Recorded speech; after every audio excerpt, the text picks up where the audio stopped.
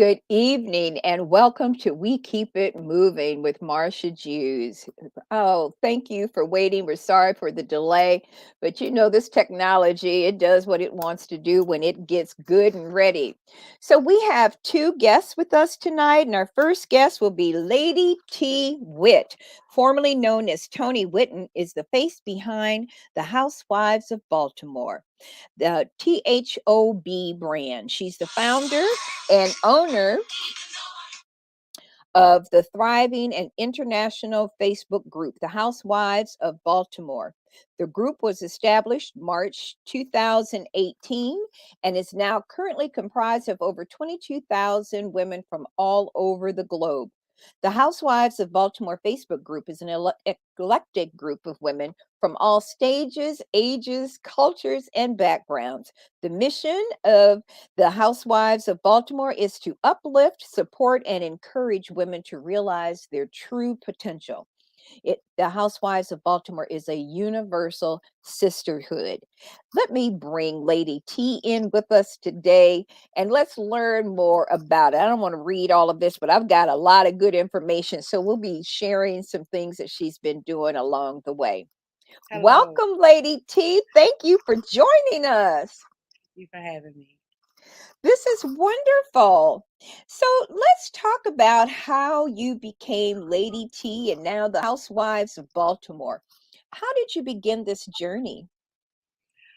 Well, Lady T came from the wonderful Tina Marie.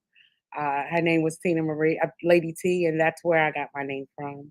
Um, but I started the Housewives of Baltimore about 3 years ago. I was a housewife for 15 years, and I lost myself, and I needed a change. So I started a group for all the women who are at home, not doing anything but taking care of kids, and here we are today. Well, but sometimes we say that it is here we are and it's really light, but that was a real journey in putting that together. The whole housewives and cities of where all of the other communities, it started a brand, but that was a big step to be able to sit and do it here. What do you think are the top three things or the most important things that for you to create this program or this product? To understand, one of the things was what I feel is women understanding their true potential. I lost myself as a housewife at home, not really venturing outside, getting in touch with the outside world. So I lost myself in the process.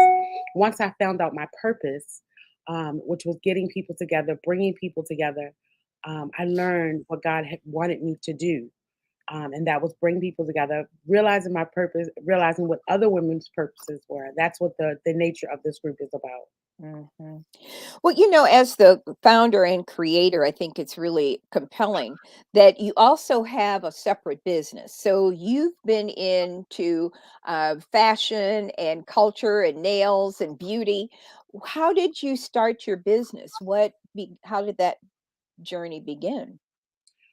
One of the things I loved when I was a housewife, if and never came out of the house to do anything, I got my nails done. 6 a.m. in the morning, my nail tech was just here. We were getting my nails done at 6, sometimes 5 a.m. in the morning, so I could get home and get my kids to school. I love everything about nails. I loved everything about nails. An opportunity opened itself up for me to open up a nail salon in 2019. I took the opportunity. The pandemic happened, and I went in full force. So Mhm. Mhm. So, when we look at one as an entrepreneur now, um, what is it that you do that assists the community? We have Baltimore is very active, but we have a lot of mothers and housewives and single parents. And how do you, because I see that you do a lot of community service. So, what are some of the programs that you've been involved in, and how do you get folks involved in what you're doing? we've been involved in many things. A lot of things we've done in terms of donations. Um, we've we've uh, we've buried family members, Mm, children.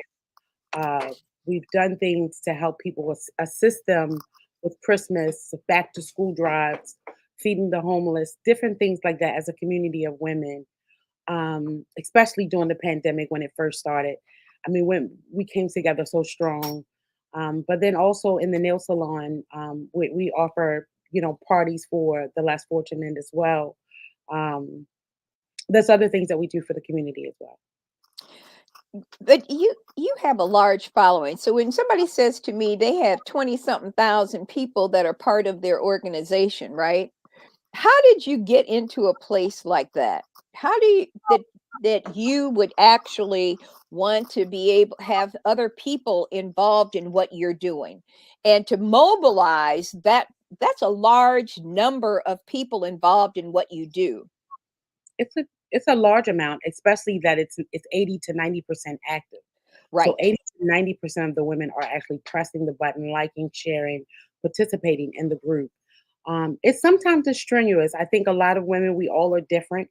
But I think it definitely takes hold that we all come together under one purpose. At least 80 and 90% of us are Mhm. coming together for the same purpose, and that's to empower, uplift, and motivate each other. So, in looking in this pandemic, a lot of households have been in just in a situation where it's been very difficult for them, particularly for their children, in trying to be able to access their schoolwork, getting on the internet. Have you all been involved with anything in the education standpoint and helping young people?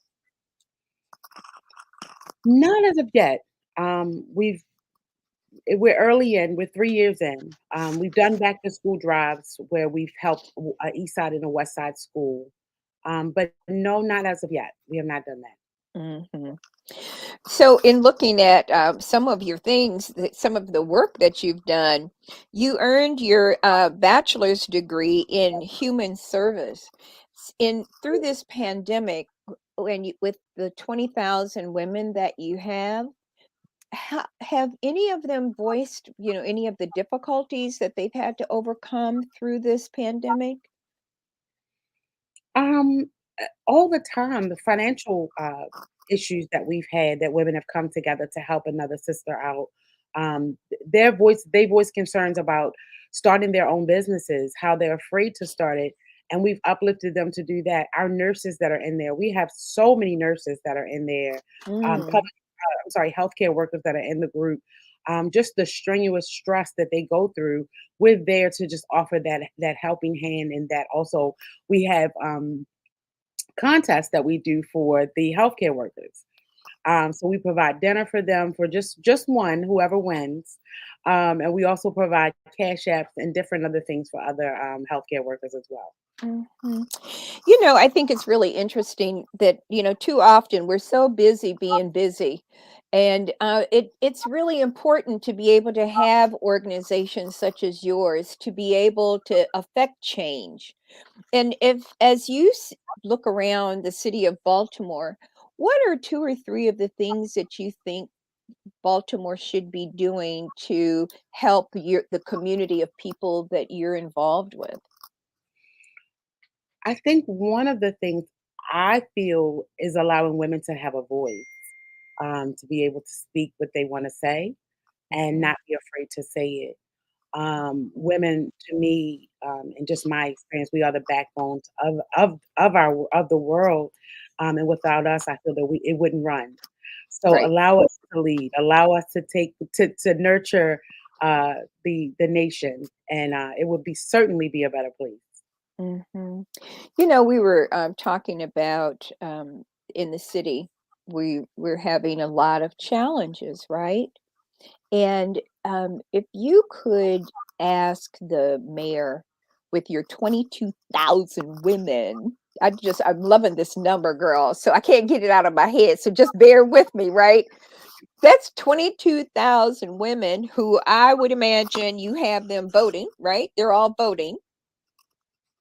What do you think there are 3 or 4 things that, and whatever number you come up with, the priorities that should be in the city of Baltimore? Ooh. I definitely think that. That's a tough question. That's a tough question. Um, the crime really worries me, Mhm. and I think that a lot of our women in the group we specifically speak about the crime and the things that are going on in Baltimore. Uh, I don't we don't talk about political issues in the Housewives of Baltimore, other things Okay. we don't discuss. So, for me, it's hard for me to say what I would say. Um, But I'm a as a resident, so let's remove your 22,000 people, right? okay. And as a citizen of Baltimore, and who has vision, who sees things, and we're not trying to bash anybody. So let me say that I don't want you to feel uncomfortable, but as a woman who works in the city and lives in the city, you see things that we the rest of the women that are looking on here tonight, we'd like for us to know what do you see as priorities. I definitely think getting some of the younger children, men and women, into more constructive programs. When I was Mhm. coming up, there was Dare. There was so many different things. There was Future programs. It was called Future. Okay. It kept us organized. There was ROTC, JROTC. I graduated as with honors in the JROTC program. It disciplined me. I had to listen to someone that was the same age as me tell me get down and do 50 push-ups when I was severely overweight. Um, but I did it. And there are a lot of the kids now are not listening to their older. So JROTC, I'm not sure if it still exists, but the way that these programs helped me, and I'm a product of Baltimore City school systems and a success. Hmm. Um, I believe that that is the way. If I had to give any answer, it would be to bring back some of these programs and to not give up on the programs if it doesn't work the first year. JLTC was around for almost 20 years, and or 10 years before I even got into the program, and it saved me. And that's huge, right? That you saw that and you were able to gravitate. Not everybody wants to take that gamble, right? Mhm. To be able to get into it. But as we look moving forward, what else is there? And this is a big thing for me. I have a grandson, he'll be 14. I've got a daughter. How do we really protect what do they say on that commercial with the football player? You got to protect the house, right? We've got to protect that. And um, while we're living our best lives, um, I don't know, we just want to be able to get the rest of the community engaged. And you're doing some wonderful things. So, do you have programs for young ladies and how they move forward? Is that what the JC thing is? Or Well, that's what we're working on now for the new year. We do have we do have an event that's coming up called Let's Network.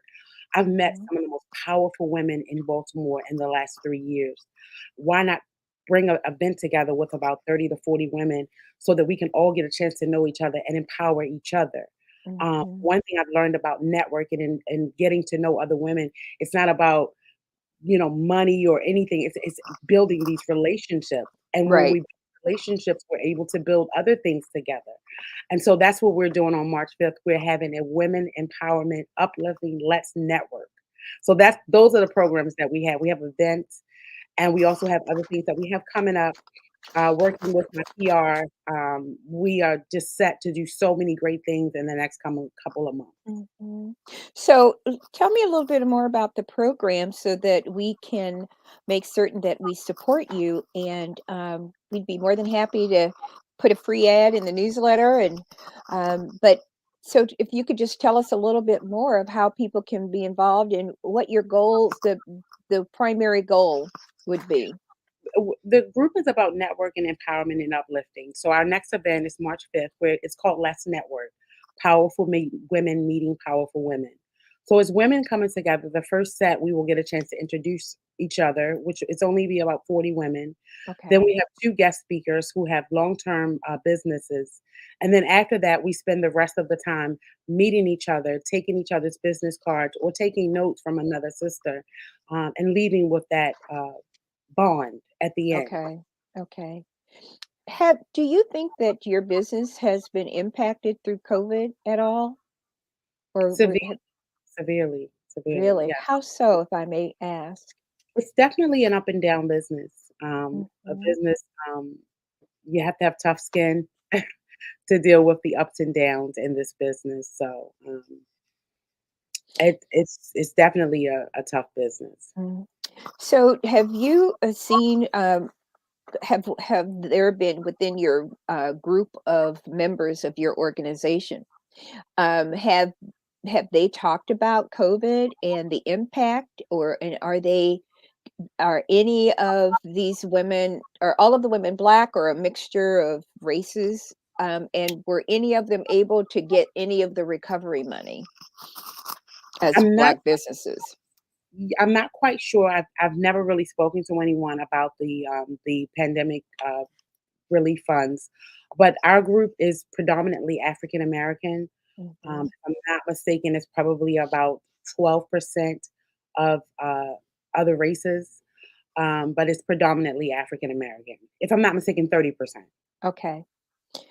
If you could do 4 things that would change the trajectory of the businesses that you have within the 22,000, what would 4 of them be based on the environment today? What were 4 business can you repeat the question again? If you were to be able to impact the people that or any of the people who are entrepreneurs or business people in your organization, what would be the 4 things that you would focus on if you were to host another, event for business owners? I would say, beauty, um, healthcare, mental health, and, most probably, we said 4, Mhm. financial literacy. Okay. Yeah, that's a big deal, particularly now. There's a lot going on where folks are not able to impact or be impacted by some of it if we're not already set up. That and a So lot of people are overwhelmed. I think that we're definitely overwhelmed. The ones who did know about financial literacy were Mhm, confused about a lot of things. So, mhm. I get it. I definitely understand, but financial literacy, beauty, all those things, to help you tap back into your mental health is what I would choose. Okay. And oh, girl, that right there, tap into your mental health. There are Yeah. a lot of people that are on lockdown and they're not functioning. Have any of your members or family talked about being in this COVID environment at all? A lot of women. I think I'm gonna do a hot topic on that tonight. I think I'm gonna do a hot topic on that. Definitely there's some women that were okay with staying and being locked in for, pretty much 8 to 9 months, and then Right. there were other ones who, literally lost their minds, and Mm, so we lost pretty maybe a couple of women through the group. We just lost one yesterday, uh, wow. which was very traumatic for me. Um, so, I mean, it's happening throughout the world, but inside the housewives, it hits pretty close. It hits Mhm, pretty close. mhm. And I think that there are too often, as a Black woman, I have found that it's difficult sometimes to really have conversations about mental health, right? And there is a group of people, ladies, and we were reading a book that talked about mental health, and it was really deep. Just thinking about all of the things that people go through, and we take it lightly too often. So I was just, I brought that up, and I'm sorry. I hope I didn't offend you or create something because you had losses. But we're in a place where we have to check in with our people, right? And do more of that than what we used to. I Yes. think it's really a real odd time in life. So so what's next as you build your business? I mean, you look like you're into visioning, right? And you do your little vision boards, I would imagine, Yes. to come up with your programming. What would you recommend to some young people who are watching and following you and may be able to hear this particular broadcast? How do you see your vision and how do you work that through? Um, I I I take everything every day. The vision that I have coming up, is just bringing more and more women together, women that want to come. A Mhm. lot of people don't understand. I could have had over 1,000,000 followers by now. I mean, I call them housewives. We could have had a Okay. million housewives. We're at 22.5 because we're selective how we bring women in. We want to make sure that everybody's there for the same purpose. Of course, you have some that may not, some that are, but we're slowly accepting each one. Out of 22,500 women, I've welcomed every single one with a welcome. And Oh, that's so wonderful. that's something that I live by every day. And so I'm just thankful. I'm just thankful for the women that we have and the women that will come. Mhm. And yes, and if what's the old saying? If you build it, they will come, right? So now I'm gonna back up a little bit into your bio, and you won your first election in 2018, and you were elected to a 4-year term to serve as a Democratic Central Committee representing the 40th Legislative District. So I think it's exciting that you've been in politics and see all of the things that are going on and have made a major impact on your community. What made you think about being in politics, and would you go back? And what do you think about it? Okay. I've never been in politics before, but for right now, maybe one day in the future, but definitely not me. Oh, you know what? And because thank you for I just made this big boo boo. This our next guest that was in politics, and I had turned the page because I had all of these pages. But you know what? With what you're doing to 22,000 people, girl, you might want to just think about that and don't dismiss what I'm saying. Because if you can, for real, if you can sit down and impact 22,000 women to be involved in all of the things that you're doing that are changing people's lives. Too often we don't really think about what those possibilities are, right? But we need to have folks in those places where they can making decisions about our children and our communities. Now, one of the things that you said earlier, how did you get involved with the burial expenses for young people, for some of your guests or friends that you know? Why was that a priority for your organization? It hit really hard when the pandemic came. A lot of people weren't prepared. What if the the not having life insurance, not having life insurance? A lot of women didn't have it, and so there was a child that was killed, and we were just. I was a little, frustrated because there were certain things that I had seen people bury other, you know, non-human things for a certain amount of money, and I just felt like we shouldn't judge, that we should help this young lady um, bury her child. Hmm. And so we did that. We did that on multiple occasions. But then we also implemented real life insurance agents to come into the group and to just consistently just come in and just let women know it's okay to get life insurance. Sometimes it's embarrassing that you don't have it. Sometimes you don't understand it, you don't want to talk about it. So we started talking about it. Why are you so embarrassed about it? Why do you Right. not want to talk about it? And just let people understand that the GoFundMe and the different things, we can always do that, but get yourself prepared for generational, um, I mean, just different things that you can get yourself together, and you'll be able to take care of your family. It's so many different things that we just weren't aware of. And Hmm. I myself and a lot of the women that were in the group took heed to it.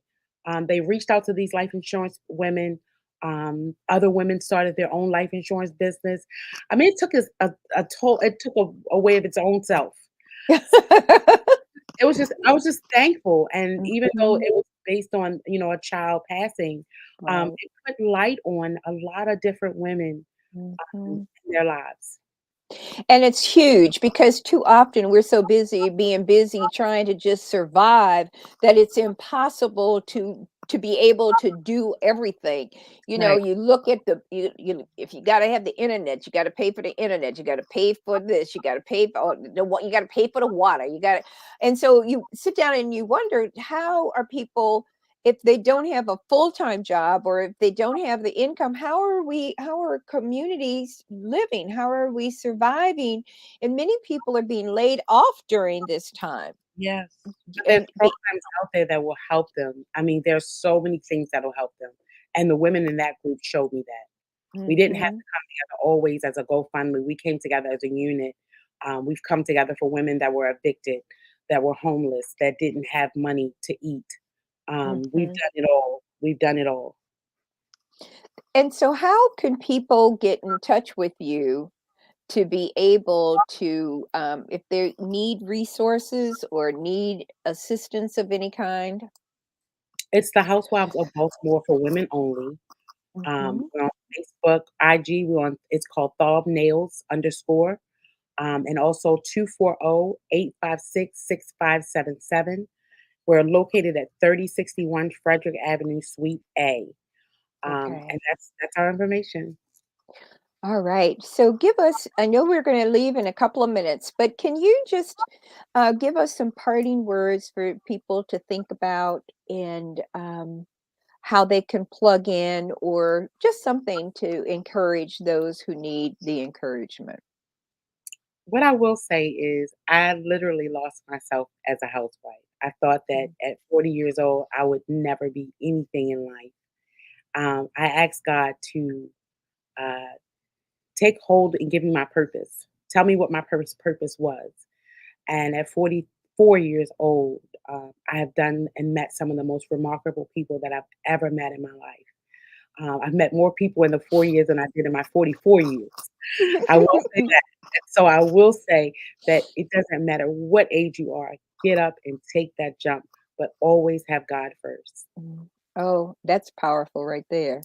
Always place God first, because too often we get too far to the left opposed to going in the Yeah, right direction. but one of the things I've learned is sometimes I've tried to do it without him multiple times through the But you're house. not alone there, girl. What? At that, I'll say, God, I'll take it from here.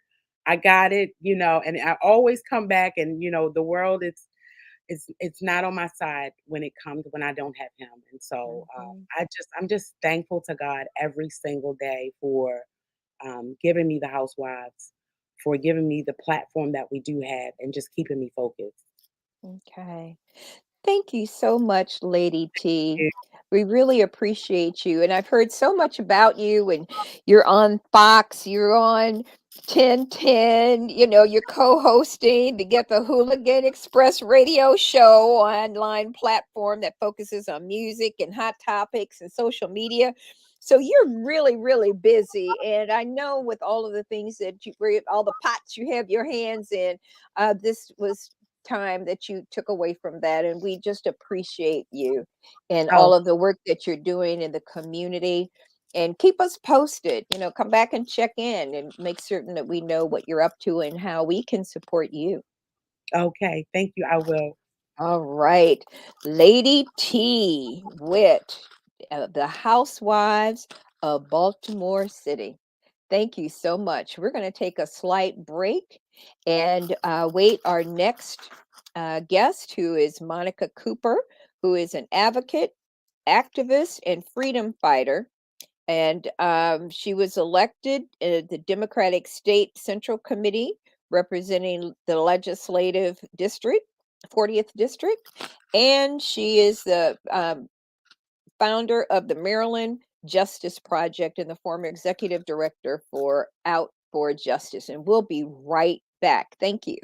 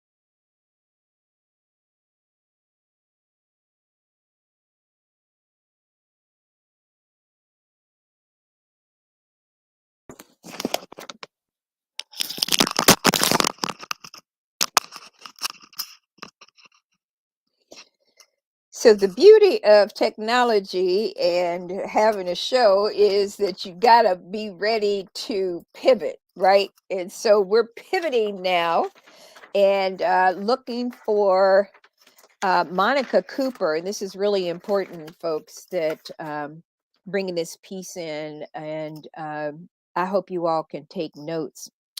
Monica Cooper is an advocate, activist, and freedom fighter.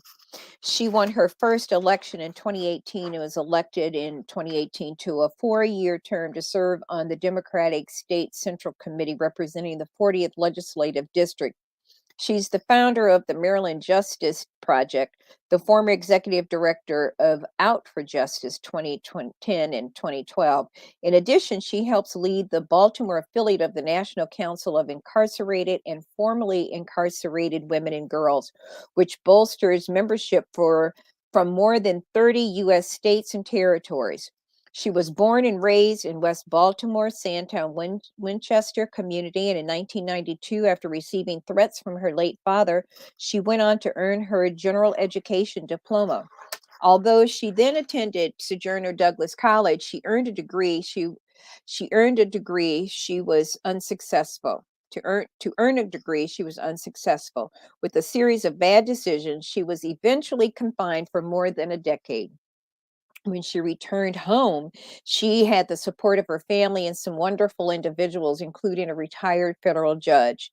She restarted her college endeavor at the Baltimore City Community College, and she made the dean's list multiple times and received distinguished scholar honors. She received a Presidential Wilson Scholarship to attend the University of Baltimore in 2013. She earned a Bachelor's of Arts degree in Administrative Human Services. Thanks to her scholastic achievements, she's a member of the International Honor Society Phi Theta Kappa. In recognition of her work, excuse me, to further reproductive freedom in 2018, she received the Choice Advocate Award from Narrow Pro-Choice Maryland. In 2019, she received the Returning Citizens Award from the Civil Rights Commission. This award is to honor formerly incarcerated individuals who've made an impact on Baltimore communities with their commitment to community development and advocacy. She's an honorary volunteer of the Boy Scouts of America, Cub Scouts, and the Department of Juvenile Services. She never misses an opportunity to volunteer her time and give of herself to the cause of freedom, justice, and equality. I welcome and introduce and welcome Monica Cooper. Hello. Hi, Monica. How are you?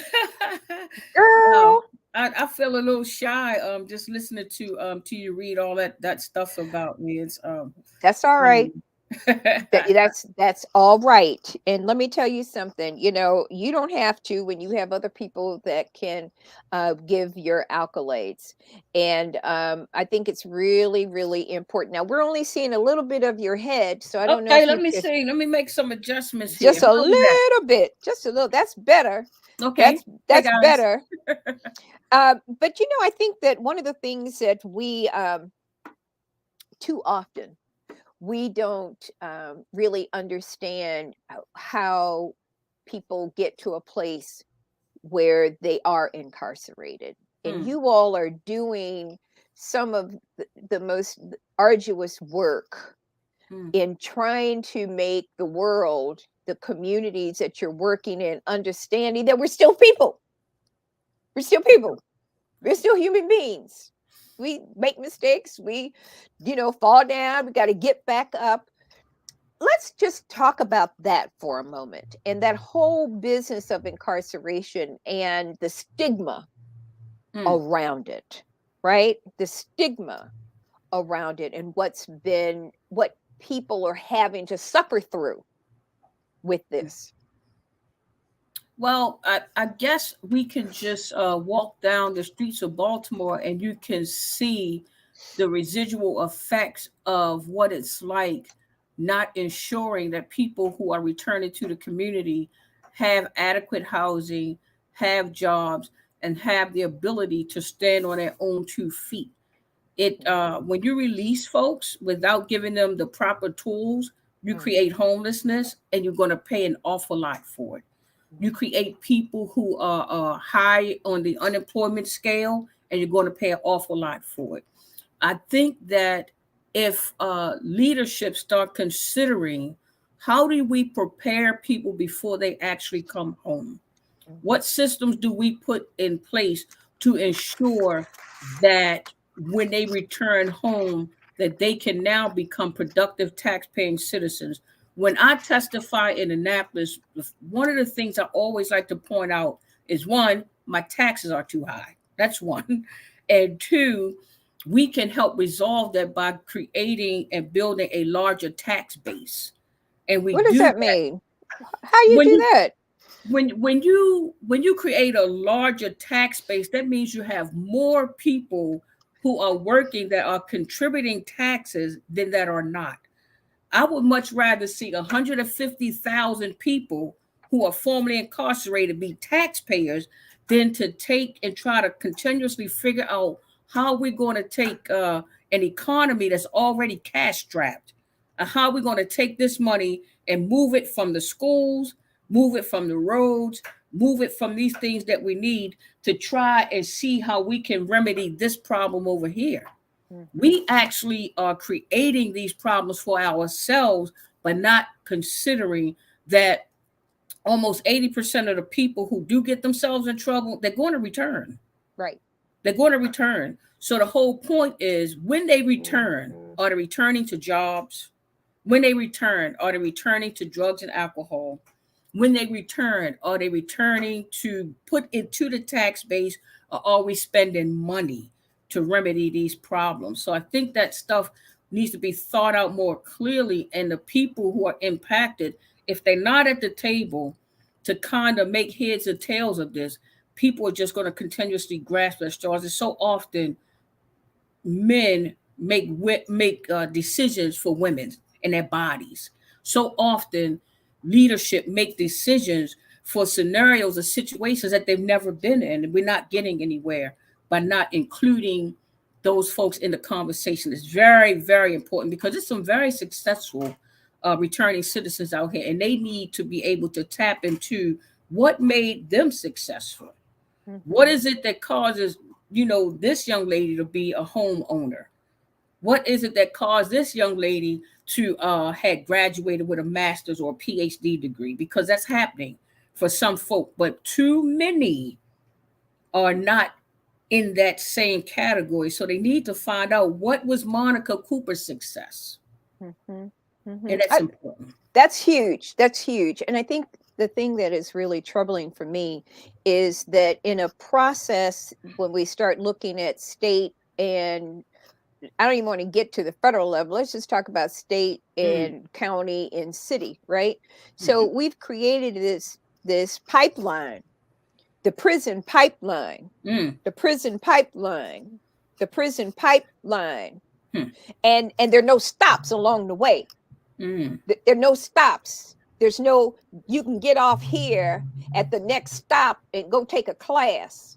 There's no, you can't get off over here and mm, now I'm going to be in a training program. So we're coming out of school, they're leaving middle and high school, they're dropping out because they're not able to get the schoolwork, understand the schoolwork, or they don't mhm. have the infrastructure to get to the schoolwork. So they're still trying to survive because you don't know what's going on in the household. There are so many layers to even get people to that place By of design. course it is, of By course it is. design. This, Jawanza Kunjufu has a book out. It is called The Conspiracy to Kill Black Boys. mm, And in this book, he says that if a young black child cannot read by the age of 5, they mm, have a prison prepared for him. So it's all, they have already designed this whole system, and we are buying into the 1994 crime plan. We are buying into that in order to keep our streets safe, we can lock them up. We getting that Bill Clinton kind of ideology about how we keep our communities right. safe. And we keep falling down that rabbit hole, and it's not going to work, because if you got a school that don't have heat, you got a school that don't have the children, they might be 5 years old, but they understand that it's not, it's cold in here. Right. That does not say that I care about you. So we got a whole bunch of work to do on the front end in order to stop that whole, because the system's not going to stop. Rich people are going to continue to buy private prisons. They're going to continue to get the commissary, to get commissary businesses. They're going to continue the MCE, the Maryland Correctional Enterprise, make millions of dollars on furniture. They make right here in Maryland on furniture, stuff that the State Highway Administration utilizes, stuff that in the Department of Juvenile Services, that furniture that those workers are sitting at was created in a prison. In a prison. In the Maryland prison system. Wait a minute. How Oh, you yeah. making furniture in the prison? You got Because a factory? You got a factory in the They prison? do have factories, Sister Marsha. What? They have what they call a Maryland Correctional Enterprise. And if you Google it and look online, these people create furniture. They do wraps for vehicles, for all the state What? vehicles. Oh yeah, you know how they do those wraps for the state vehicles? Yeah. Those vests that the highway administration people wear, they created them at one time. The bus drivers, they used to create the bags that the bus drivers would have. And they're doing business with the state. The state is doing business with the prison system, and they make millions of dollars. They got some legislation in Annapolis this session on how the residents, people who are inside, they make sometimes $1.20 a day. But What? Maryland But Correctional they're doing. Wait. You're a Wait a minute. Wait a minute. Yes. No. Yes. No. That's not what you said. That went into my ears. You are telling me that the state of Maryland penal system has for-profit work happening in the prison, and the people who are working in the prison get $1 a day? Yes. Yes, ma'am. Now, how much is that prison getting to warehouse those people and work on their products, their for-profit enterprise? How much are they also getting to pay for each prisoner that's in that building? Millions. What does that mean? What do you mean?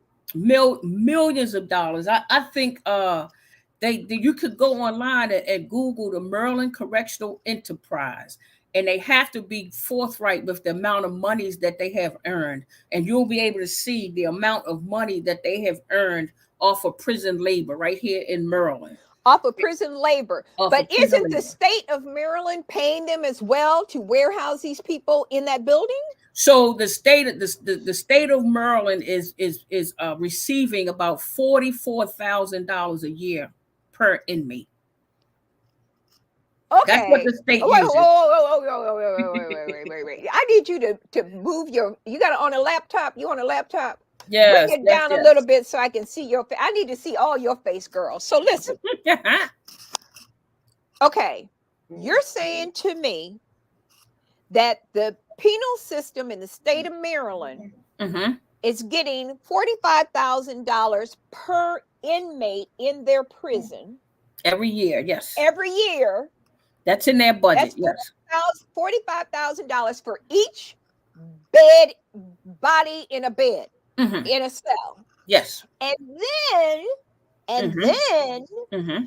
they're getting paid for the manufacturing of product, furniture, and whatever else from private citizens. Yes, they get a portion of it. Used to be called state use industries. And now it's called Maryland Correctional Enterprise. And what happens is that the state of Maryland will probably get like a portion of whatever the Maryland Correctional Enterprise makes, which is hundreds of millions of dollars a year.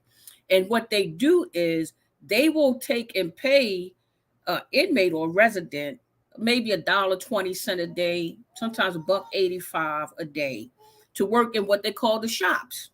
And the shops are producing AutoCAD drawings, three-dimensional drawings for the Stadium Authority, drawings for, like I said, Department of Juvenile Services, any state facility here in the state of Maryland utilizes prison labor, period.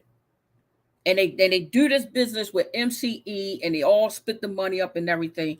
But the bottom line is there is some legislation that I believe Out for Justice is behind, and I think Job Opportunities Task Force and maybe ACLU, but other organizations, because they're trying to say, why are you paying people $1.25 a day for doing jobs that you have to pay $50 an hour for out here? Doing that AutoCAD drawing, which is a new way of doing architectural work. Right. That is a really good paying job out here. But inside the institution, you might get $2 a day, not even an hour. You're trained to do that work, Mm-hmm. and you get $1.50, $1.50. You get a couple of pennies. That's about it. Yeah, maybe for doing that work for however many weeks it takes to make that happen. Mm-hmm. And then after that, you can't get a job doing not at all CAD work. Yeah, at a for-profit corporation. Yeah. After all that, After all that, you already know how to do it because you've been building and designing with the CAD work because they trained you how to do it. But the people out in the street, the corporations who are doing that, are not going to hire you because you're now a felon. Yeah, the only thing that they did was made a whole bunch of money off of prison labor. That's all they did, pretty much. Mm-hmm. About guesstimate, how many people are in the prisons in the state of Maryland? Guesstimate. I would guesstimate that there may be, I don't know, maybe 74,000 people. It's a lot. $1 a day. It's an awful lot. So they get $300 a year. Mm-hmm. That's $1 a day. Well, you get, like some of the jobs are, what they consider the high paying jobs where you might bring home $60 to $70 a month. That's the high. That's the high end jobs. Now, if you're working, that's slave labor. That's real. For real, they need to change the little hat and have Massa in them out there in those walking around those doggone buildings, because that's slave labor. It's tough. Okay, that's real. So here's another thing. Whatever happened, I know at one time they were talking about people being able to get their high school diploma or get a degree. Are they still, or are they even doing any of that? Or what kind of reform is going on in the prison itself? Well, one thing that has really kind of slowed things down is COVID, and the way that the Hogan administration and the way that the state of Maryland and the Maryland State Health Department has dealt with COVID in terms of people who are behind the walls. It's been abysmal. It's been absolutely horrible. How so? What do you mean? Well, one, we believed that those recent vaccines that they said were wasted and everything, there was a whistleblower. And the whistleblower came out and said that these people gave these shots to folks when they knew they were spoiled and weren't any good. The whistleblower, this was reported in the Baltimore Sun, I believe back in December of 2021. The Baltimore Sun printed that story. And a decent number of people behind the walls, they believe that they received that spoiled stuff. Yeah. And the impact that it had on them. Yes, some of them are still sick right to this day. And they're still incarcerated. And it's right to this day, they're still sick. They haven't been able to get masks to protect themselves.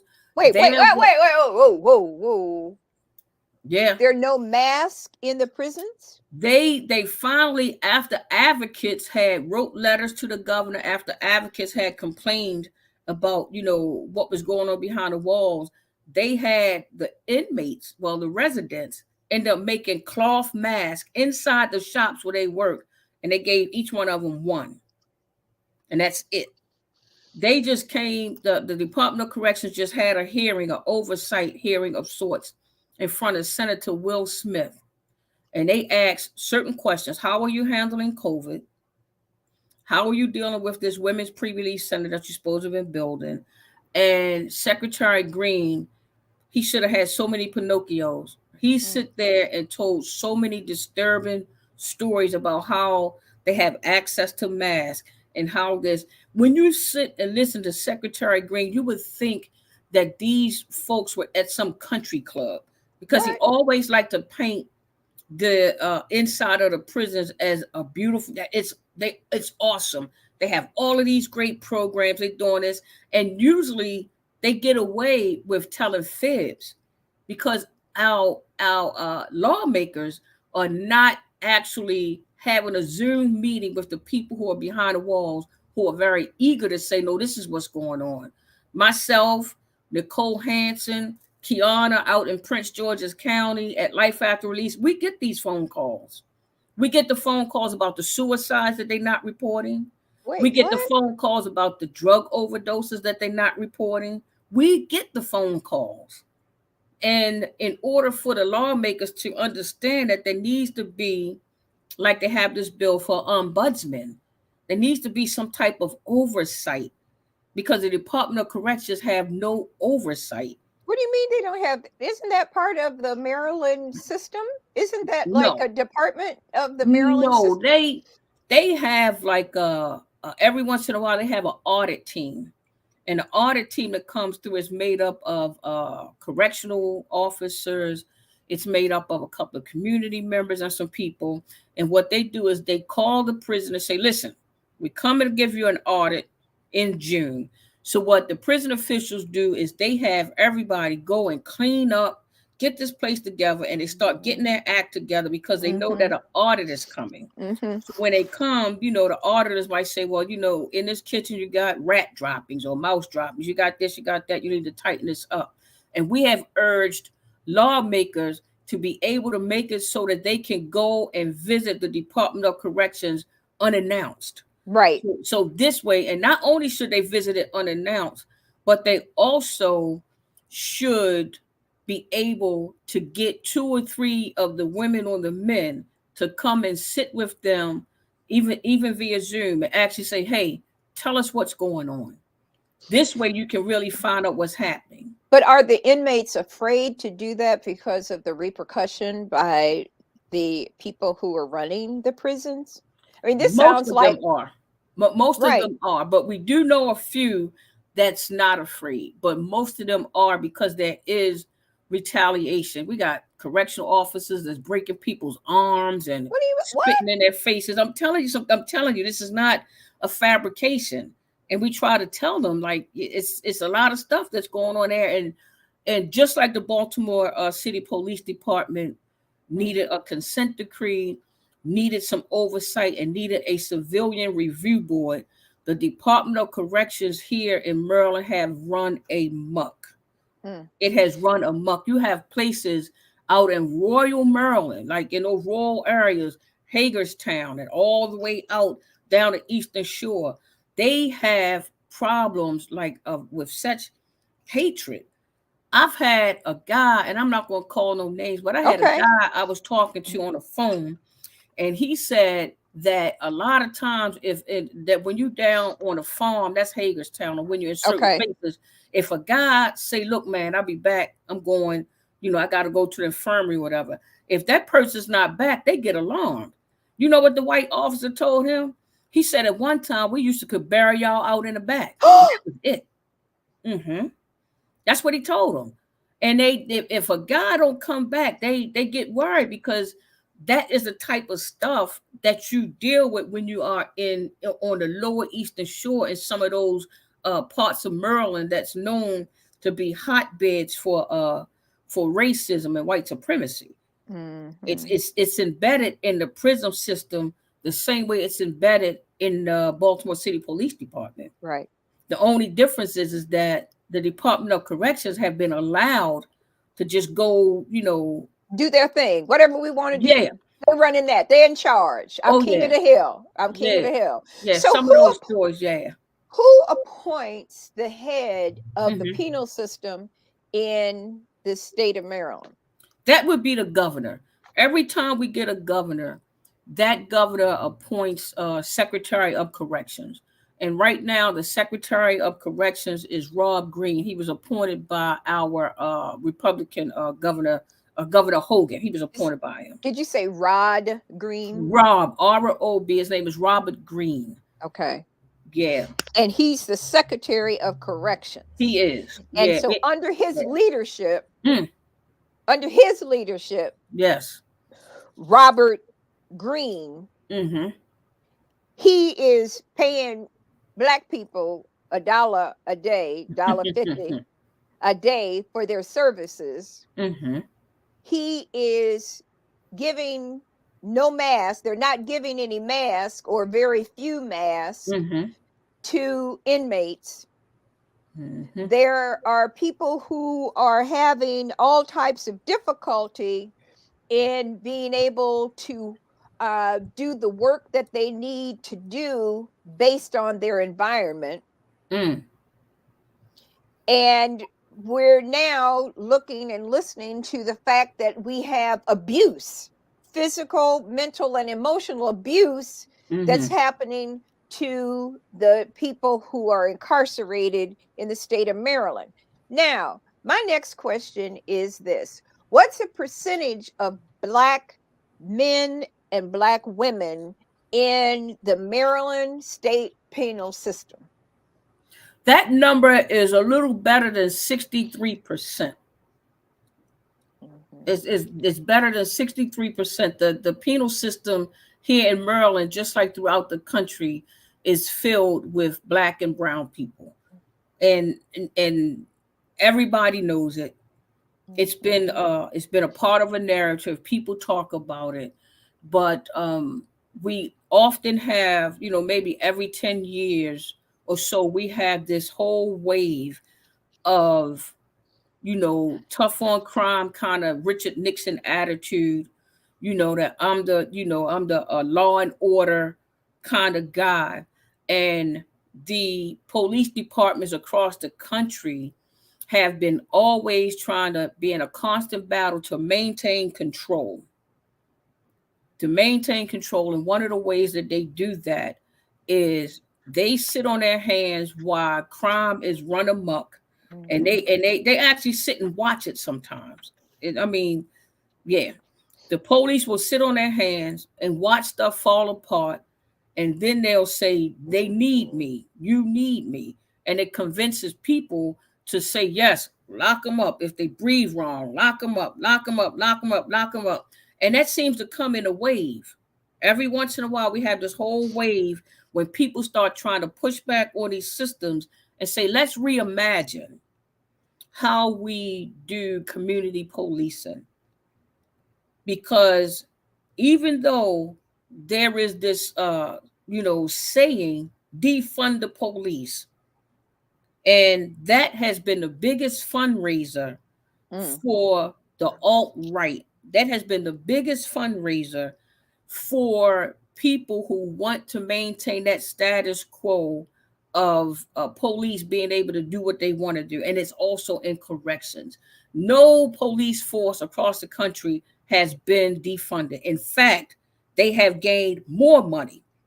In Baltimore, they haven't been defunded. Our governor just promised that he was going to give them 150 million more, and I think he promised 500 million. He's getting ready to rebuild a whole bunch of police barracks and whatnot.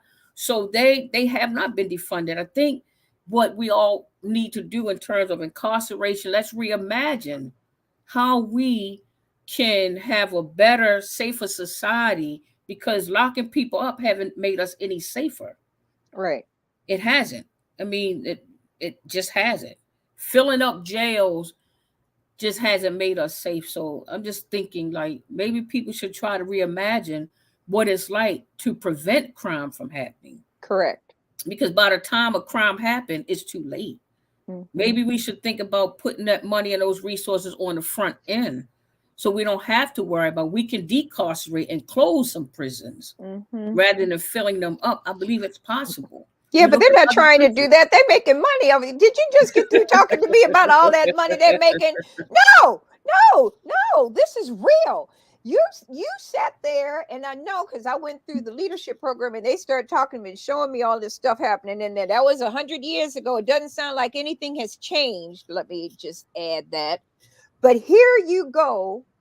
You've got people making $1 a day, so they can't even leave the prison. $1 a day, they can't leave the prison and go and do anything because they don't even have enough money to take care of their family. $1 a day. What you gonna do with $1? That's $7 that you make in a week. So Mm-hmm. times 4, that's $28 a month that Mm-hmm. I now have. And all I want to do is maybe have a cigarette or a Coca-Cola.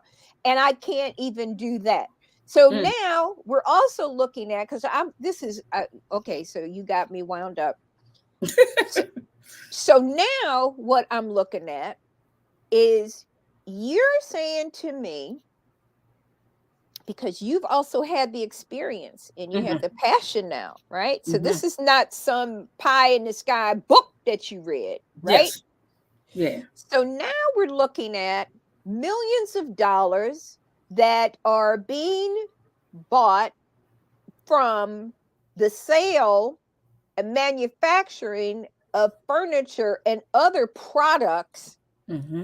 that are they going really into the penal system, or is there somebody else's pocket that this money is going into? Mm. And who is getting that money, and who's doing the audit at the end of the month? And if you have all those people working and building furniture, and you walk away with a $20 million worth of sales, or $100,000 worth of tables, where does that $100,000 worth from the sale of a table, Mm-hmm. from all those people, what budget does that money go into, and who's managing that money in the penal system in the state of Maryland under Hogan's Mm. charge? Mm. Well, I will say that there are several pots of money. One of them is called the Inmate Welfare Fund. The Inmate Welfare Fund is where the money for the telephones go at, the monies that they split with MCE for making the furniture and stuff like that, that goes into the Inmate Welfare Fund. And I think it's another pot of money. And the Inmate Welfare Fund is supposed to be used for the betterment of the persons that are in there, help to create programs and whatnot. But what the prison do is they buy stuff like carpet, new carpet out of it. They Where they put new? Oh, wait. I'm telling you, Where let's they listen put to me. new? I What? promise you. No, wait a minute. And When? guess What? and guess how they justify it. Guess how they justify it. They justify it by saying we taking this money out of the inmate welfare fund because the people who come here to work, we have to make sure that they have a comfortable environment to work. They spend that money on uniforms for their workers. They spend that money on stuff they need for the prison, and they justify taking that money out of the inmate welfare fund by saying we are spending this money because we need these people to come here and to be able to work. So we get ready to remodel this whole office up here and put this new carpet down here and do this and do that. But what? It's a prisoner welfare fund. And it's So if it's a supposed to be prison, used just for that. but if it's a prisoner welfare fund, what's the line item that they're supposed to be spending that money on? Where was that money originally allocated to go? hmm Well, usually what I've heard and what I pretty much know is that they justify the spending in some kind of way by saying that this spending indirectly impacts the inmates, so they justify spending it. So that they have now a new redecorated office, and that means that the Yes. supervisor is now feeling better, and he'll smile to the now inmates, and he's happy Yeah, now because yeah, and he that's what has a it's better called. Yeah. mental space. Yeah, it's called the Inmate Welfare Fund. That's something that your listeners can also look up. The Maryland Inmate Welfare Fund. The Maryland Inmate Welfare Fund. Yeah. So we are sitting here now looking at the fact that you all are about to embark upon some things down in Annapolis. What Hmm. are the top issues that voters in the state of Maryland and the legislative body Hmm. in the state of Maryland, the legislative body, I'm going to say it one more time, the legislative body for the state of the General Assembly and all those people, what should they be doing and what should they be looking at? And what are the surprises that you think that what's going on? How do we deal with that? How do we impact change? Well, the first thing I want to put on everybody's radar, and one of the things that Nicole Hanson at Out for Justice, our other partner in Prince George's County, Kiana Jones with Life After Release, and myself, with the Maryland Justice Project, Mm-hmm. Monica Cooper, one of the things that we have been working on since 2016 Mm. is to bring back the Women's Pre-Release Center. What's that? The Women's Pre-Release Center was Baltimore Pre-Release Unit for Women. It was called BPRUW. It used to be at 301 Calverton Road, right there where that 7-Eleven is. Right now, it sits on a far to the left, and like all the way in the back, they got a Baltimore City operations that going. But right there to the left, that's 301 Calverton Road. It used to. It's what you call a halfway house. Okay. All right. That's what you consider it, and it's been around since 1976. Mm-hmm. It originally started right there at St. Ambrose in the 4500 block of uh, uh, Park Heights. Okay. That St. Ambrose Church up there used to Mm-hmm. house maybe, I don't know, about 30 or 40 pre-release women. Okay. And what they would do is once you get to maybe 2 years within your release date, sometimes 4 years within your release date, you get down to a lesser level, a minimum level, and What they is would. that? I don't know what that means. A lesser Oh, level. What do you mean? oh, okay. In the Department of Corrections, they have security levels. You could either be a supermax, maximum, medium, minimum, pre-release, and work release. And these are statuses that incarcerated people can work themselves down by one, staying out of trouble, by two, doing all the necessary programming, getting your GED while you're there, getting a college education and things like that. And it's a point system. And Okay. your case manager brings you down to a lesser point system. And as you get down, that means that you are a trusted person and we can trust you to go out to work and return back to the center. Okay.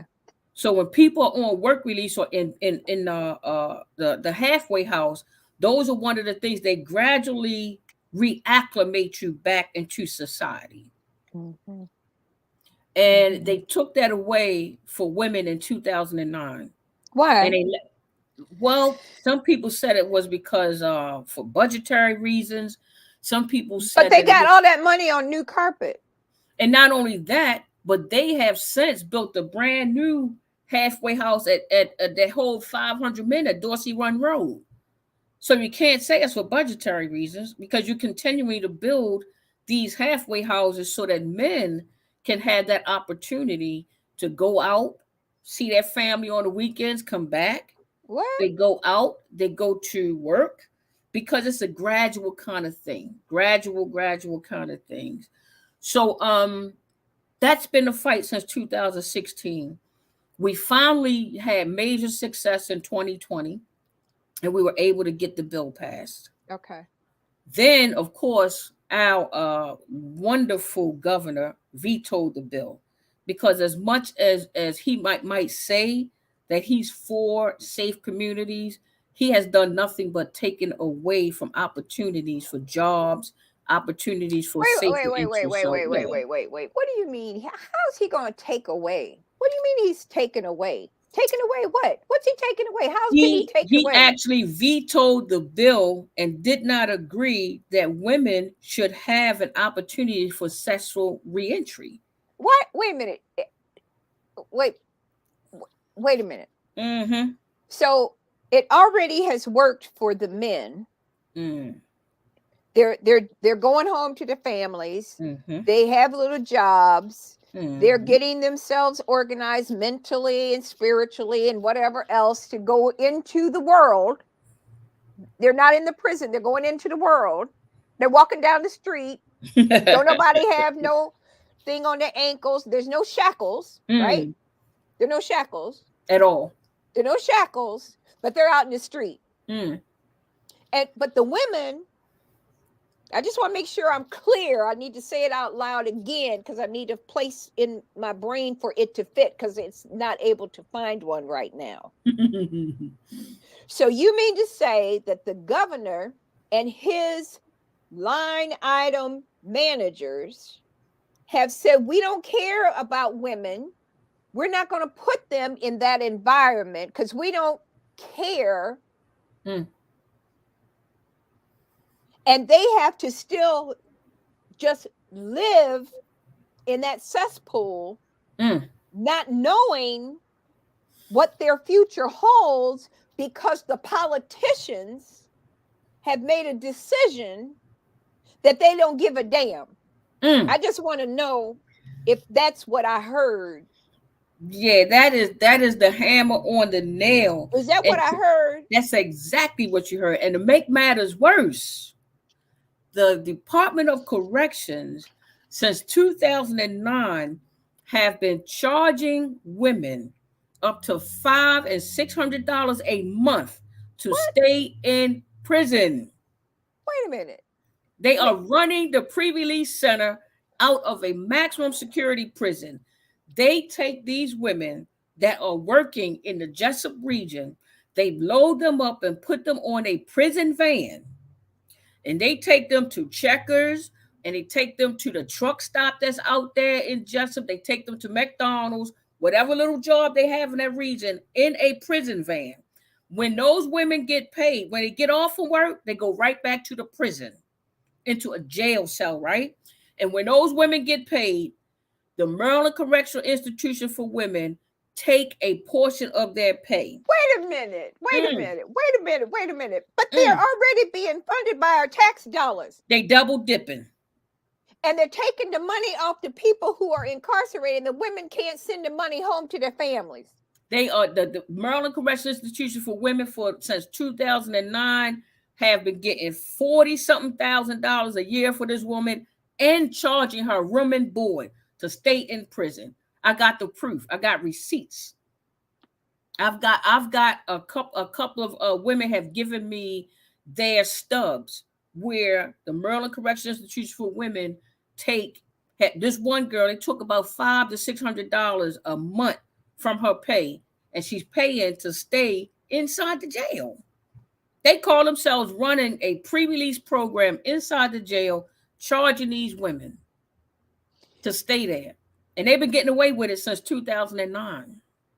So we're now in 2022.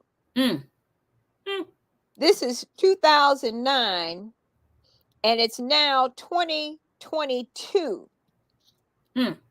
And these women have not gotten their regular pay. They're not getting the freedom that the men get at all. And they're being abused somehow. There's some other abuse going on in there, and it may not be. It is, and there's some other abuse coming up in there. And I ain't stupid. That's true.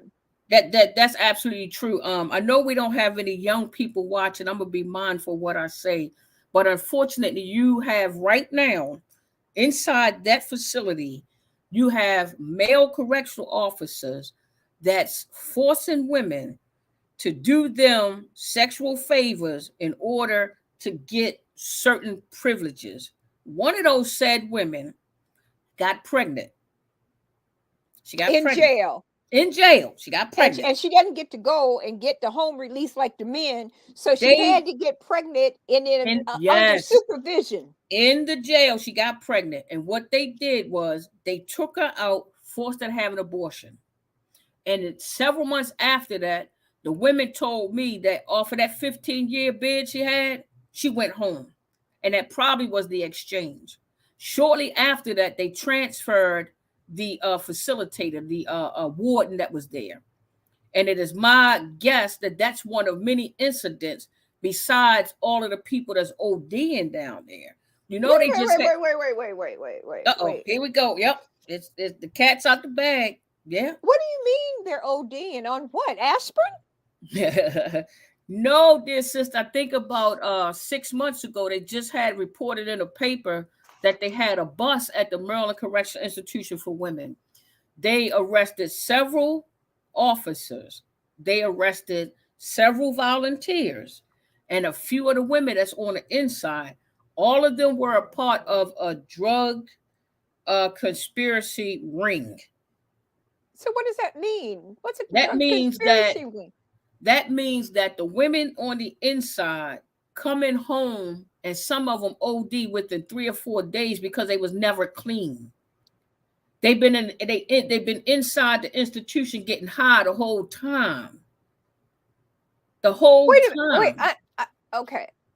I don't know what you just said. Yeah. I can't find a place in my brain for this to fit.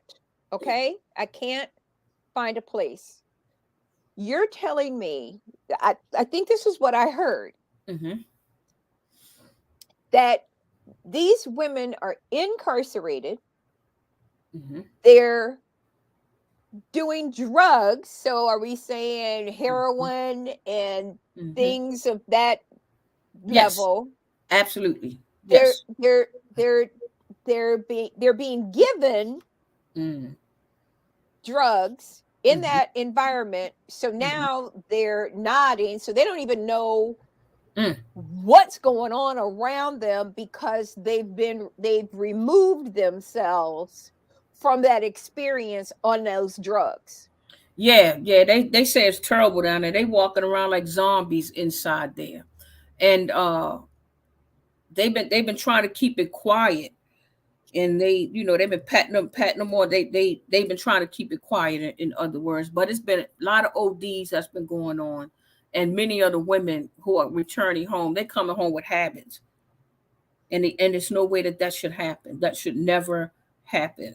They're coming home from prison with drug habits. Yes.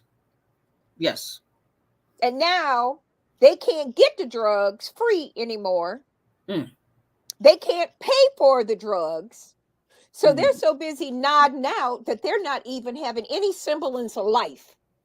Yeah, and it's impossible for rehabilitation to take place when they can't even help them with that basic kind of thing. Like everybody that's inside the penal system should have clean time by force. You should not be able to have access to drugs. Okay.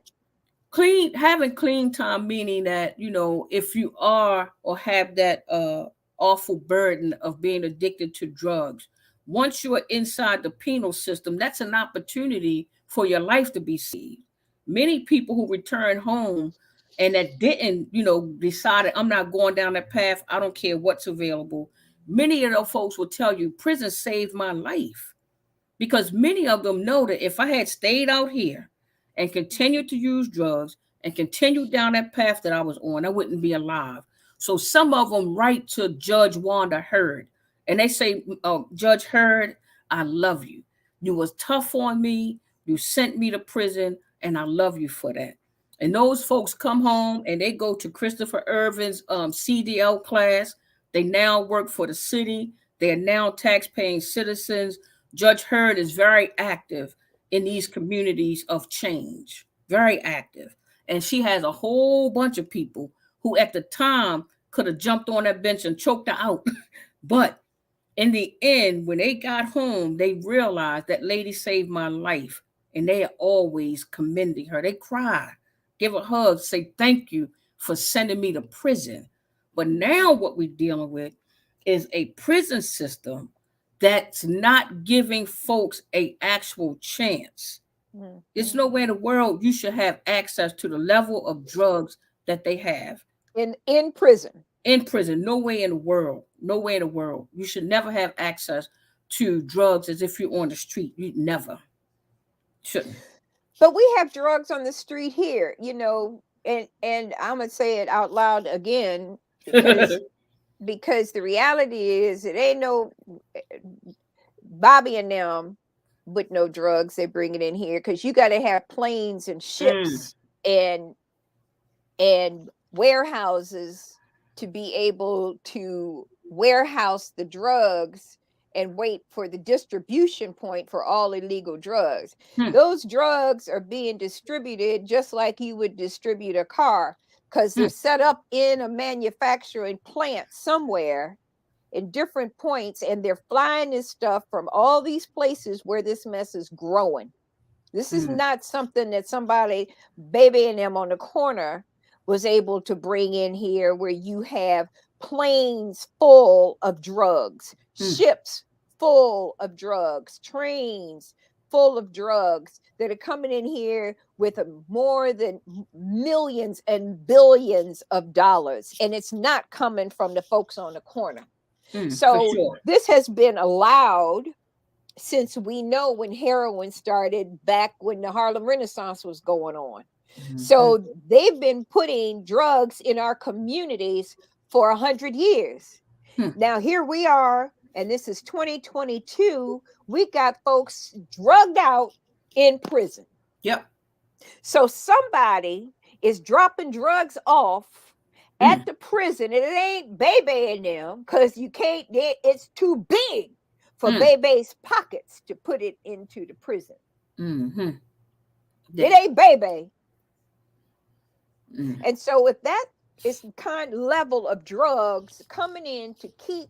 How many inmates are there in the penal system that are black men and women in the penal system in the state of Maryland? I, Roughly. yeah, roughly like I mentioned earlier, it's a little more than 63% of the population. So the 63% of the population, guesstimate on how many people are being warehoused in the prison in the state of Maryland. Guesstimate, just to get. I'm not gonna hold you to it. Just a Yeah, guesstimate. I don't know. I would say about 74,000. I would say Okay, about throughout the entire state. so throughout the Yeah. entire state of Maryland, roughly 70 to 80,000 people in the prison system. Out of that, what is the percentage of black and brown people? Guesstimate. This is a guesstimate. It's just a guesstimate. I'm not gonna hold you to the numbers. Just a Yeah, guesstimate. I would say probably I don't know, maybe 28% of the population. Is black. Yeah. Yeah. So 20% of the population is 28, black. at least 28 to 36. That would be a Okay. best guess. 28 to All right. 36. So Yeah. we've got 30% of the population looks like us. Yeah, and it's probably actually higher. Right. It's probably actually higher. I should have did my homework. I should have No, no, known no, to no. be But ready. you didn't you don't know me, but you because you gonna come back and you go we go you. I'm not finished with you yet, Miss. So what is really interesting here? If we have 74,000 roughly people, they're warehousing, they're not getting making any money. What kind of program has really that really works to Mm, get these people mentally, emotionally, and physically, because now we're drug addicts? mm, How do we turn them mm, into law abiding citizens that could take care of their family and go and get a job? But mm-hmm, now you've taken away their very essence by filling them with these drugs. mm. So Wow. you I you would I would say to answer that question, one of the things that I know that works are therapeutic programs where folks have to sit in a circle Mhm. and face themselves. Programs that's tough to actually say I failed my daughter, and to actually Mm. say it out loud and say it and put it in the universe, to actually say, I failed my daughter. I should have been a better mother. To actually get to know, why did I make these decisions? So the mental health, the psychological health, and the therapeutic community is the most effective way to get people to change their thinking. Mhm. They had a program, I think it's a little outdated, it's been around for a long time. It's in a lot of the penal systems. It's called Thinking, Deciding, and Changing. And that was a program where you actually sit in this circle and you talk about your thoughts, your thinking. Where did they generate from? Where did they come from? Almost like a Carl Jung kind of approach to playing back the tape.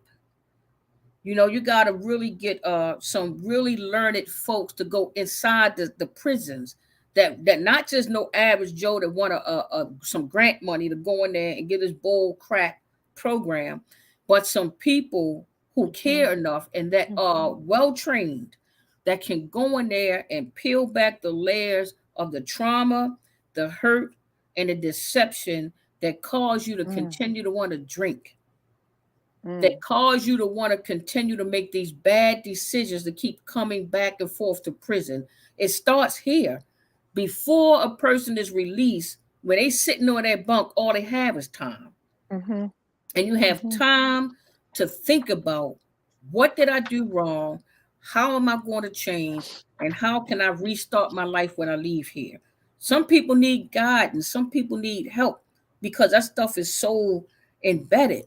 And in order to do that, you gotta participate and have these types of therapeutic programs to help people to change the way they think. Otherwise, they come out making the same decisions, doing the Right. same thing. Right. Yeah, the Expecting different results.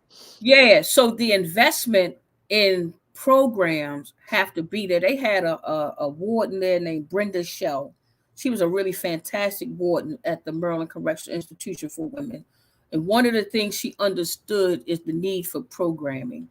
She Mhm. understood that people needed intensive drug treatment programs right there, not when you leave, because the change happens when you're in that on that bunk.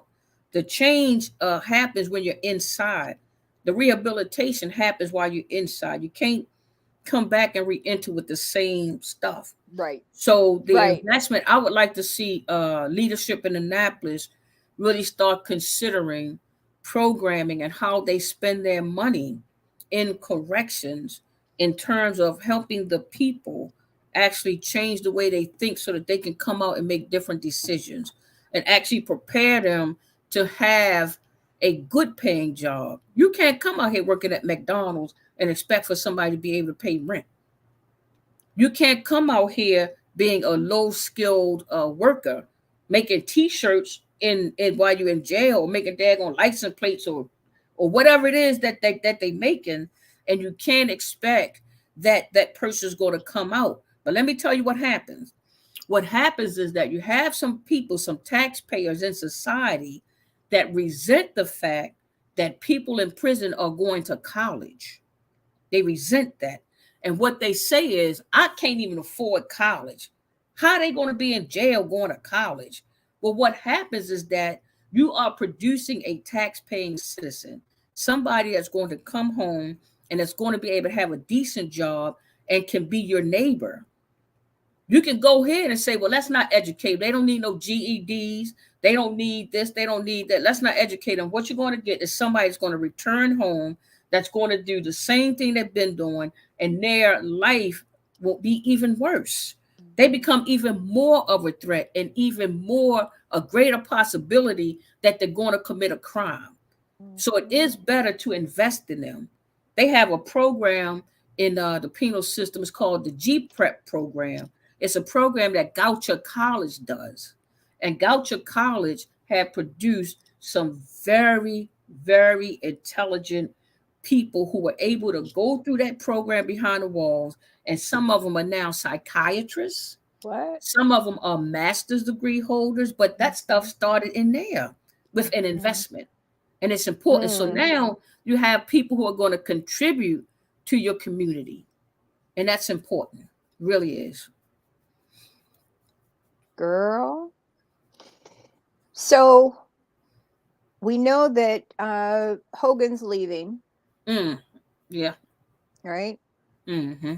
We have legislators throughout the state of Maryland. What are four things or more that you think the legislators, because some of these people are going to do turnover, Mm, what should what should we have, what's the expectation we should have of the legislators? mm, What's that expectation? And the next thing is this is a election now. mm-hmm. So we've got all these people running to be the next governor. Mm-hmm. What does that, so I need the legislators, and then what do we need to do about the governor, people that are throwing a hat in to be the governor for the state of Maryland? What does Mm, that person look like? What should that person be talking about? What do we need that person to say to us that lets us know that they are committed to our people that are in these penal systems and changing the penal system? What what are the, you're at the 50,000 level, right? mm-hmm. You've seen it. Not only is this your body of work, this your Mm-hmm. life's work, you've had this experience. Mm-hmm. So you're not just somebody talking, Mm. talking loud and saying nothing. You have substance here. You Mm-hmm. got substance. You got a lot of nickels in all of this money. I want you to tell this audience, if you had your druthers, if you could just say, this is what needs to happen, here are the people who need to be doing it, this is what I want voters to do, this is what I need Mm. educators to do, this is what I want corporations to do, and then put them on a path. I'm Mm. tired of people say, well, I didn't know. But that's your job to know, right? Isn't that your job to know that since you're running for this, or since you're this person, or since you have these titles and you're the senator, you're the delegate, you're the mayor, you're the council person, you're those people. What should you be telling them? And it's going to be on the record. Well, I think in terms of those four things that I would tell legislators, the first thing I would say is one, all right, we got a lame duck governor, he's leaving. We get ready to have elections coming around. Mm-hmm. But I would say number one, consider the amount of spending and investment you're willing to do inside the penal system, and not just to hire correctional staff. That's number one. Number two, I would like to see and would like for legislators to consider, instead of having the Department of Corrections and their leadership come to Annapolis for these oversight hearings and allow them to tell you bold-faced lies. Mm.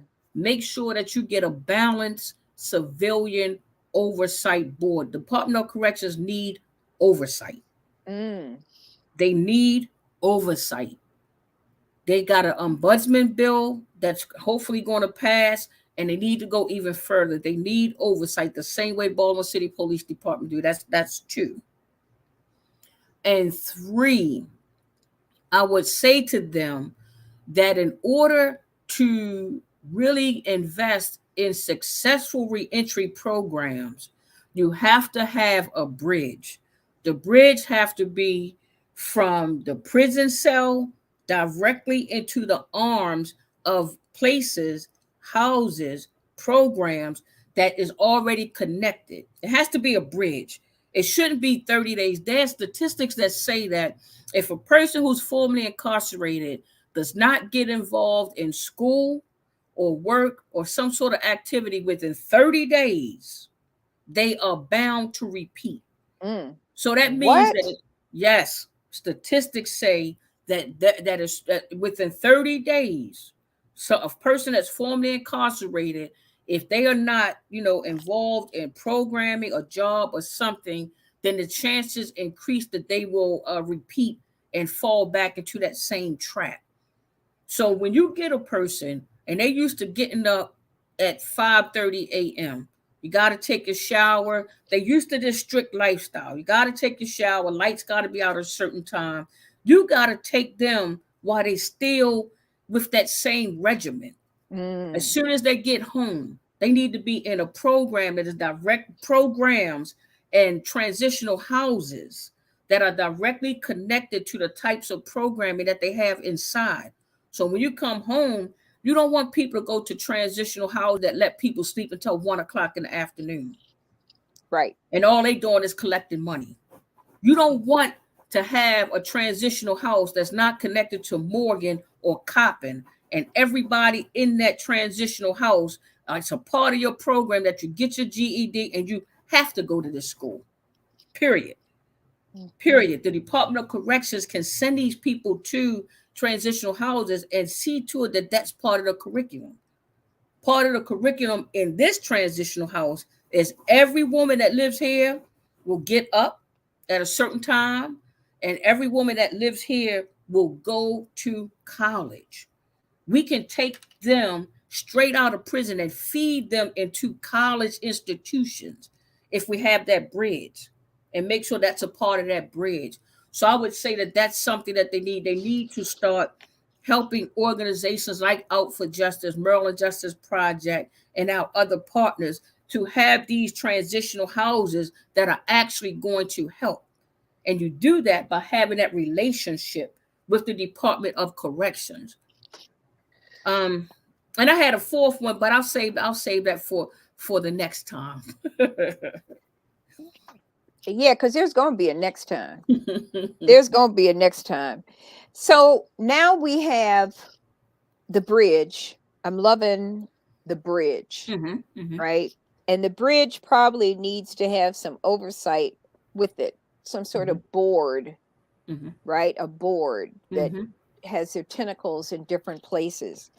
And so we know that we need to be voting, Mm. Woo. right? We need to Yes, vote. Lord. So Yes. if we want them to vote, what we've got all this voting coming down the pike, are there any items on the ballots this year that relate to the prison and incarceration? Well, that was a very important bill that Delegate Janelle Wilkins, and it was a bipartisan bill, Republican Christopher West. They put this bill, I think it was HB 222. I think that's the number. But they were pushing this bill in the last session, and I believe it's going to come up again this session. And that bill asks that in all 24 jurisdictions, that the pretrial folks who are there, whether it's Towson Detention Center, Baltimore City, whether it's Somerset County Detention Center, that all of these people register to vote and have an opportunity to vote.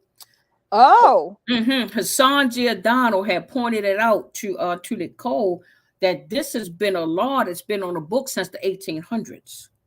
wait a That minute, back up. Whoa, whoa, whoa, whoa, hmm, whoa, whoa, whoa, whoa, whoa. uh oh, Hassan said what? that this law has been on the book since the What 1800s. law? The law that in the pretrial facility, a person have not been found guilty of a crime, he or she still has the right to vote.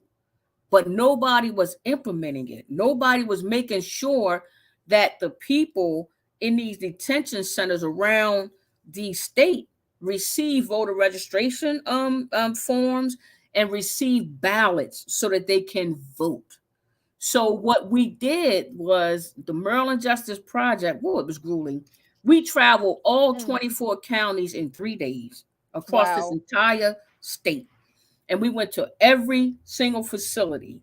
And the League of Women Voters, the Out for Justice, um, I think it was Common Cause. Common Cause, Joanne Anton, fantastic woman, does great work. And we were pushing, the whole idea and giving them a pilot program Right. that this is how this will operate. We did everything for them. We put the packets together. We partnered with, we had meetings with the election board. It really was well planned out. And we showed them how this could work. So that's one of those things that's really important. And Out for Justice have been working on voting rights for returning citizens for a while. In 2016, a law was passed that allowed people who returned home to have their voting rights restored immediately. Mm. The expectation in March of 2016, when that passed, was that 40,000 newly registered voters would come out to vote. But the thing is that because there's so much voter suppression Mm-hmm. around the country, and Mm-hmm. because there's so much voter suppression that people see, and because we have issues here in Maryland in terms of misinformation, in terms of lack of information, people are disenfranchised. Right. It's nowhere in the world we should have in the Harlem Park precinct. I think they had maybe 6 people that voted during that last time that Mayor Rawlins Blake ran. It was the lowest voter turnout Wait a ever. minute. What do you wait? What Mm. did you say? 6 people? I think it was 6 or 7 in one precinct. It's nowhere in the world that we should have voter turnout that low. And because low voter turnout, for some reason, our elected officials think that benefits them. Because see, they got all these numbers. They got the van list. They got the hired campaign manager that can tell them over in Hampden they vote, over here in Canton they vote. They can show them where the votes are at. And because they have all of this technology, all of this data, they go where the votes are at. And they are constantly neglecting to get these people over here. And I say in Penn North. I'm just using it as an Okay. Okay. example All because right. I'm familiar with the Right. 40th. Right. Right. Right. We Right. have great leadership in the 40th. It's no knock on our leadership. Hell, I'm from the 40th. I Okay. think of myself as a great leader. But I use that as an example that the democracy is failing because of all of this access to where the vote is. And they only going where the vote at. If you're not voting over here on Pennsylvania Avenue, if you're not voting over here on Greenmount Avenue, they are likely not going to pay you any attention. They're going to come and blow smoke up your butt. But to actually try to get you out to the polls, they don't invest that time and money. And it's defeating them. Oh, so you're saying that the people that live in these communities where there's a low turnout, nobody's coming and talking to them and galvanizing the No, community to get them involved. And so no. because they don't have the involvement from their leadership, from their legislative leadership, they don't care?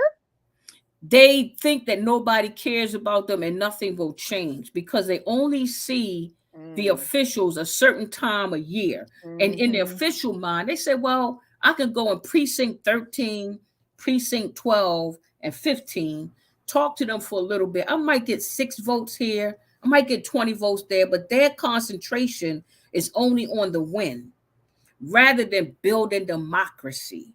Mm. If they were Mm. interested in building democracy, Mm. then they would spend their time, their money, and their efforts on those areas where the voting turnout is low, and they don't. So the people continue to fall off. They continue to fall off, and Because they don't continue nobody care. because My vote nobody cares. and, Yeah. and the old line, my vote don't count no way. Yeah, so and it is, and like I said, it's actually killing democracy, and that's Right. happening across the country, and that is unfortunate because the elected officials have so much access to the van list, they have access to the data, they have access to the campaign managers that's going to say, bro, go over here, they vote over here, go over here, they vote over here, and in the meantime, the 63% of black folks that live in Baltimore are going to turn out to be 48%. My Mhm. man Christopher Irvin told me once this city gets to be 52% white, It's over. 48% black, it's over. It's over. It's done. Mhm. And our elected officials continue to work themselves out of a job. I Mhm. figure most of them don't care anyway. They probably got a lobbying position waiting for them at 200,000 anyway. They only in this making 40,000, 70,000, whatever it is, temporarily. They are putting their ducks in a row and hobnobbing with the developers and hobnobbing with the people who are actually going to give them some money when they leave office. When they leave Mhm. office, they'll be able to say, look, This is how you can get a contract. I can help you around that. You want to build a new stadium? I can help you get that. Mhm. Unfortunately, that's what it seems like to me. And Mhm. it's leaving out the ex-offenders, it's leaving out the elders, it's leaving out a whole bunch of people, the Mhm. same people that you need. Because I tell them all in a minute. Peter Angelos, Bob Emery, and whoever else, they got one damn vote. I don't care if you get 20, if they give you 50 million, they only got one vote. So if they go after the votes, the lowly man, then they don't have to sell themselves down this river to these people who don't care about them, me, or you. Mhm. And that's That- just keeping it real. and that's and that is real. So I got a producer that's gonna roll out on me. But Okay, okay. but let me just say this to you. This is part one of our conversation. Fantastic. I'll Okay? come back with some better numbers too, some No, more no, no. precise Oh, numbers. no, no. I think that we stirred the pot. We stirred the pot here, and we're not finished. I need you to hear me say that. We're not finished Amen. and Amen. at all. And Amen. I'm just grateful for the work that you're doing, Monica, you and your team, and all the other programs and the people. I'll tell you, it breaks. It's heartbreaking. It's heart wrenching. Uh, the way that they're treating. We're talking about human beings. We're not Mm, talking about dogs in a kennel. mm, We're talking about human beings. mm-hmm. And we're treating human beings worse than most people deal with their dogs and their cats. That's true. That's very true. If folk knew how their mothers and aunties and cousins and uncles were being treated, Right, they would be beside themselves. right. Yeah, And they in there so dying, laying on the floor with COVID. I mean, it's just it's terrible. It really is. It's terrible. so we're gonna caucus again and have another conversation. I Hmm. really want this to be part one. Okay. Part one. And then maybe we could bring a little panel together the next time. Hmm. But we'll be talking. And are there any I look forward to it. yeah, One oh, we're thing, gonna do it. yeah, one thing. The people who are listening and watching, if they know anything about me, I'm going to tell you the truth. Mhm, That I'm going to tell you the truth. I don't owe anybody nothing, and don't nobody owe me nothing. I'm not mhm, beholden to nobody but to us. mhm. That's it. Period. Period. Well, I'm a straight up no chaser kind of girl. And Nicole can tell you that what I want to do, and this is really important for me. So I need you to hear this. It's important to me. And I have a nephew in prison in Indiana. And so I'm not removed from this Mm, at all. yes. I'm not removed. It's in my family, and he's my nephew. Okay. Understood. All Yeah. right. So let's come back. We'll have some more talking. I want to tell you thank you, thank you, thank you, thank you, girl, for taking the time Yes. Yes. to do this today. Yes. And I really appreciate you. I really appreciate you and the work that everybody's doing. You got a great team, and everybody's been very helpful to get us here today. So thanks again. Yes. Yes, indeed. Now, do you have a number or a website that people can Yeah, yeah, follow? Can you do folks. that? If they want to know about the Maryland Justice Project, you can go to marylandjusticeproject.org, and it's a link on there where you can contact me. If you want to get in touch with me, my number is 410-929-4353. Get in touch with me. Get involved. We're always pushing legislation. And just before we go, I just want everybody to know that thanks to Out for Justice and the mayor's office of homelessness and services, we were able to get 20 returning citizens Wow. housing vouchers. Wow. That's 20 people. And what we plan to do is we plan to take those 20 people, give them case management services for a year, maybe 18 months. And within those 18 months, we are going to turn them into home buyers because homeowners, because they have a program with the housing choice voucher where you can actually move into home ownership. So we're going to get their credit score up. We're going to teach them how to be good neighbors. They're going to be a part of the PTO. They're going to be a part of the community associations, and we're going to prove and provide folks with this data that when you give people the support that they need, they will be successful homeowners paying taxes in your community. I can't wait to show. Oh, we're going to shut them down. I cannot wait to show these folks what these 20 people going to do. Watch what I Right, tell you. right. Appreciate And you. I love it. And we appreciate you, Miss Yes. Monica Cooper. Thank you so much. Thank you so much. All right. And your Thank phone you. number's on here, 410-929-4353. And we'll be talking to you soon. All right. Have a good Okay. night, guys. You do the same. This is Marsha Jews for WKIM. We keep it moving radio and the newsletter, and we have live streaming. So I'll tell you, this is a very important topic. I hope you all get out and vote. Make certain that you rally your community and your family and understand that your vote does count. Too often we don't think that it does, but it does. And we need to see you at those polls. And I guess we have the CIAA coming up. So Baltimore's in the house. The city's going to be booming. I hope y'all wear your mask, get a CIAA mask so we don't spread the COVID. But thank you all. We'll see you again next week. I'm Marsha Jews, your host. And thank you to Katanya Lester, our producer, who has been running her little lines along the bottom and keeping us informed and making certain that we're doing all the things that we need to do. So hopefully we'll see you next week. And oh, by the way, you can send to WKIM Media Network Marsha Jews at Gmail. WKIM Media Network Katanya Lester at Gmail. So let's make certain that we get you on our list so that you also get the newsletter, which is full of information about who our guests are going to be on next week. So thank you so much for sticking around. This has been a long show and we really appreciate it. But this is information that we need to know that in our community and help where we can. Take care and thank you very much. And we'll see you all next week.